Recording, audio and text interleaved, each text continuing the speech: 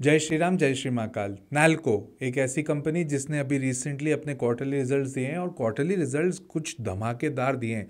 उसके ऊपर एक डिटेल डिस्कशन करना तो बहुत ज़रूरी बनता भी था। बट ये ध्यान रखिएगा, ये कोई बाइंग सेलिंग रिकमेंडेशन नहीं है, तो इसको बाइंग सेलिंग के हिसाब से मत देखिए, इसको एजुकेशन पर्पज़ के हिसाब से देखिए। अगर आपको बाइंग सेलिंग करनी है तो अपने फाइनेंशियल कंसल्टेंट से बात करके करिए। एज यूजुअल जब भी मैं कोई वीडियो बनाता हूँ तो उसको कुछ चैप्टर्स में डिवाइड करता हूँ ताकि वो हमारी अंडरस्टैंडिंग के लिए प्रॉपरली जाए। नॉर्मली हम लोग क्वार्टरली रिजल्ट्स को पहले लेते हैं। इस वाले वीडियो में हम लोग पहले बिजनेस को समझेंगे कि एग्जैक्टली कंपनी क्या कर रही है, and then we will think about the quarterly results. फिर उसके ऊपर डिटेल एनालिसिस भी किया जाएगा। एंड फाइनली ये तो बताना ज़रूरी है कि टेक्निकल्स क्या बोल रहे हैं कंपनी के, और मैं इसमें इन्वेस्टेड हूँ या नहीं ये भी मैं आपको ज़रूर बताऊंगा। सबसे पहले कंपनी के बिजनेस के ऊपर हम लोग बात कर लें। 1981 की ये कंपनी है, नवरत्न कंपनी है। कंपनी देखा जाए ना तो नवरत्न कंपनी जब होती है तो ऑटोमेटिकली उनको फाइनेंशियल स्टेटस थोड़ा अच्छा लेवल पर मिला हुआ रहता है, और साथ ही साथ उनके साथ में एक और बढ़िया चीज़ होती है कि उनको जो लोन्स चाहिए, उनको जो फंडिंग चाहिए, वो उनको ईजिली अवेलेबल हो जाती है। तो ये एक बहुत बेनिफिशियल बात होती है किसी भी कंपनी के लिए अगर वो नवरत्न है तो। One of the largest integrated bauxite aluminium power complex in India. इसका मतलब ये है कि एल्यूमिना और एल्यूमिनियम, एल्यूमिना एक तरह का केमिकल है, एल्यूमिनियम मेटल है। तो इनकी सबसे बड़ी कंपनी है इंडिया की, specifically when it comes to bauxite alumina and aluminium. आपने हिंडाल्को का भी नाम सुना होगा। हिंडाल्को भी छोटी कंपनी नहीं है, इनफैक्ट अगर मार्केट कैप से देखूं तो इससे ज़्यादा बड़ी कंपनी भी दिखती है। एल्यूमिनियम में इनका बिजनेस 73% का है और केमिकल में इनका 22% है। केमिकल का मतलब एल्यूमिना हो गया, तो एल्यूमिनियम और एल्यूमिना ये बोलने में थोड़ा अजीब अजीब लगता है बट ऑप्शन नहीं है। एल्यूमिना इसका केमिकल है। 67% of the business is into domestic and exports में ये 33% काम कर रहे हैं। अब एक चीज़ समझिएगा एग्जैक्टली क्या होता है ऐसे बिजनेसेस में। चाइना इन सब का लीडर है, चाइना मेटल्स में लीडर होता है। अब चाइना क्या करता है नॉर्मली कि जब भी चाइना में अगर ग्रोथ अच्छी चल रही है, चाइना की इकोनॉमी बूस्ट कर रही है, तो होता यह है कि चाइना में जितना मेटल बना वो चाइना वहीं के वहीं क्या कर देता है, कंज्यूम कर लेता है। तो एक्सपोर्ट करने के लिए थोड़ा कम मिलता है। अब होता क्या, जब भी चाइना में स्लो डाउन चला, चाइनीज इकोनॉमी में स्लो डाउन चला, तो उनके पास तो ये मेटल का स्टॉक है, उनके पास तो पूरा एल्यूमिनियम का स्टॉक है। अब वो क्या करे, खुद तो कंज्यूम नहीं कर पा रहा क्योंकि इकोनॉमी बैठी हुई है। तो ये लोग क्या करते हैं, इसको एक्सपोर्ट करते हैं चाइना वाले। जब एक्सपोर्ट करने आते हैं एक्सेस स्टॉक को, तो ये प्राइस को नहीं सोचते हैं, ये सस्ते के सस्ते में प्राइस में माल बेच देते हैं। अब सस्ते में क्या होगा, इंडियन कंपनी जैसे नाल्को, हिंडाल्को, जब ये लोग एक्सपोर्ट कर रहे हैं तो फॉर एग्जांपल ये 100 रुपए पर कर रहे हैं। चाइना तो एक्सपोर्ट ज़्यादा कर नहीं रहा था क्योंकि चाइना की खुद की खपत ही इतनी ज़्यादा है कि उसको वहीं पे यूज़ करना है। बट जब चाइना की खपत नहीं हो पा रही है, चाइना पूरी तरह से यूज़ नहीं कर पा रहा है, तो क्या होगा, तो चाइना एक्सपोर्ट करेगा। उनको पता है कि इंडियन कंपनी उसको 100 रुपए पे बेच रही है, वो पता है कितने में बेचता है, 50 रुपए पे, 60 रुपए पे, मतलब 40% प्राइसेस गिरा देता है। तो आप एक चीज़ कभी भी नोट करना, जब भी ऐसा आपको खबर आएगी कि चाइनीज का इकोनॉमी बूम हो रही है, चाइना के इकोनॉमिक नंबर्स बढ़िया आ रहे हैं,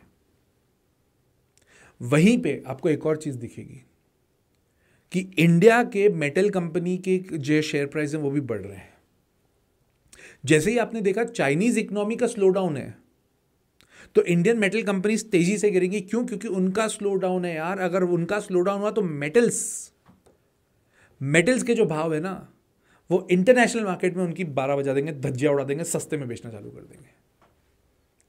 तो इसलिए मैंने पहले आपको बिजनेस लिया चैप्टर, क्योंकि बिजनेस चैप्टर समझना बहुत ज़रूरी होता है ऐसी कंपनीज में।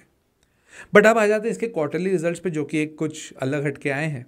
तो एज यूजुअल जब भी आप क्वार्टरली रिजल्ट्स आप एनालाइज करोगे तो आपको क्वार्टर ऑन क्वार्टर नहीं देखना है, आपको YoY देखना है। दैट मीन्स मार्च 25 क्वार्टर को मैं मार्च 24 क्वार्टर से कंपेयर करूंगा, और साथ ही साथ जब मैं दिसंबर 24 क्वार्टर को मार्च 25 क्वार्टर से कंपेयर करूंगा तो मैं उसको बहुत ज़्यादा इंपॉर्टेंस नहीं दूंगा।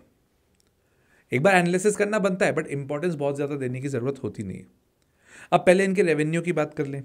3,579 करोड़ का रेवेन्यू था मार्च 24 क्वार्टर में, जो बढ़कर हो गया 5,268 करोड़। मतलब अच्छी खासी ग्रोथ हो गई यार। कितने करोड़? 1,700 करोड़ की, मतलब मोटा माटी 50% की रेवेन्यू ग्रोथ है।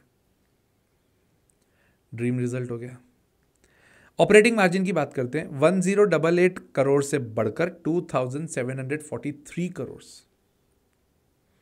बढ़िया नंबर्स है, बहुत अच्छे नंबर्स है। इनफैक्ट परसेंटेज की बात करें, मतलब अगर 100 रुपए का इनको रेवेन्यू होता है तो मार्च 24 में इनको 30 रुपए का मार्जिन होता था। मार्च 25 में जब ये 100 रुपए का रेवेन्यू कर रहे हैं, 52 रुपीज़ का इनको मार्जिन है।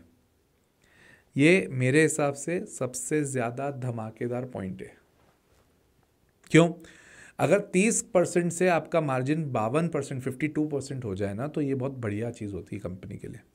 प्रॉफिट आफ्टर टैक्स 997 करोड़ से बढ़कर 2067 करोड़ होना ही था।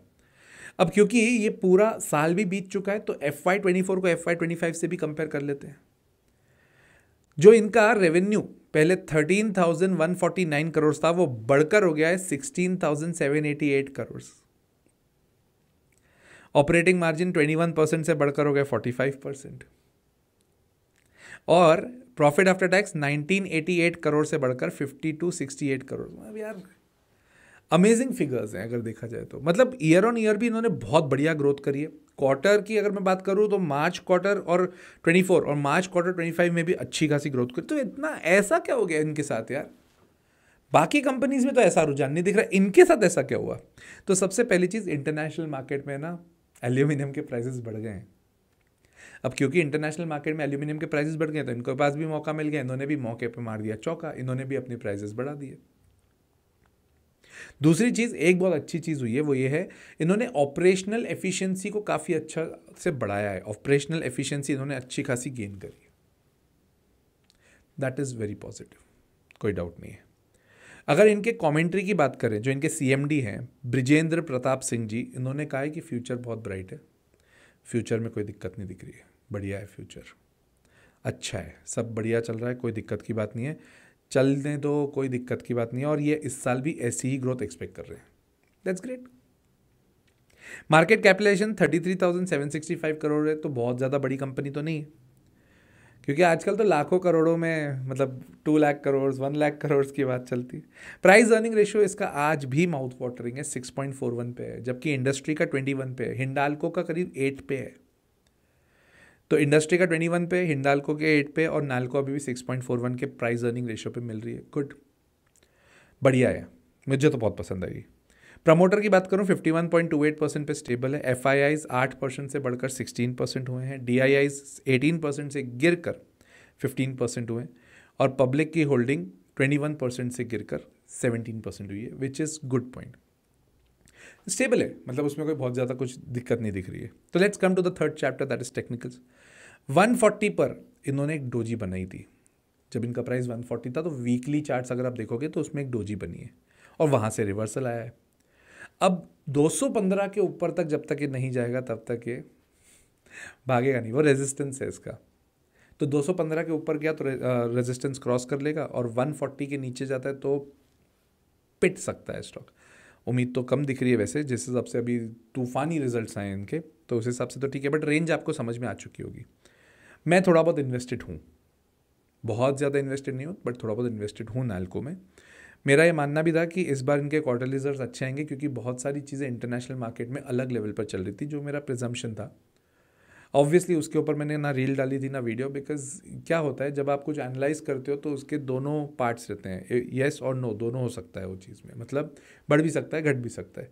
तो इफेक्टिवली एनालिसिस वाइज तो देखो तो लग रहा था कि बढ़ नहीं रहा है, और बढ़ गया, तो thankfully it is good point.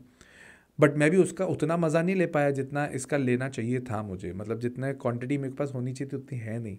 होता है, हम लोग के साथ भी होता है। तो ये इसका पूरा डिस्कशन था, पूरा का पूरा विश्लेषण था। तो अगर आपको मेरा कंटेंट अच्छा लगता है तो लाइक कर दो यार वीडियो, सब्सक्राइब कर दो चैनल, और शेयर करिएगा अपने दोस्तों के साथ। साथ साथ कमेंट करके मुझे बताओ और कौन सी कंपनी पे डिटेल वीडियो चाहिए, मैं ज़रूर बनाऊंगा। टिल देन, जय श्री राम, जय श्री महाकाल।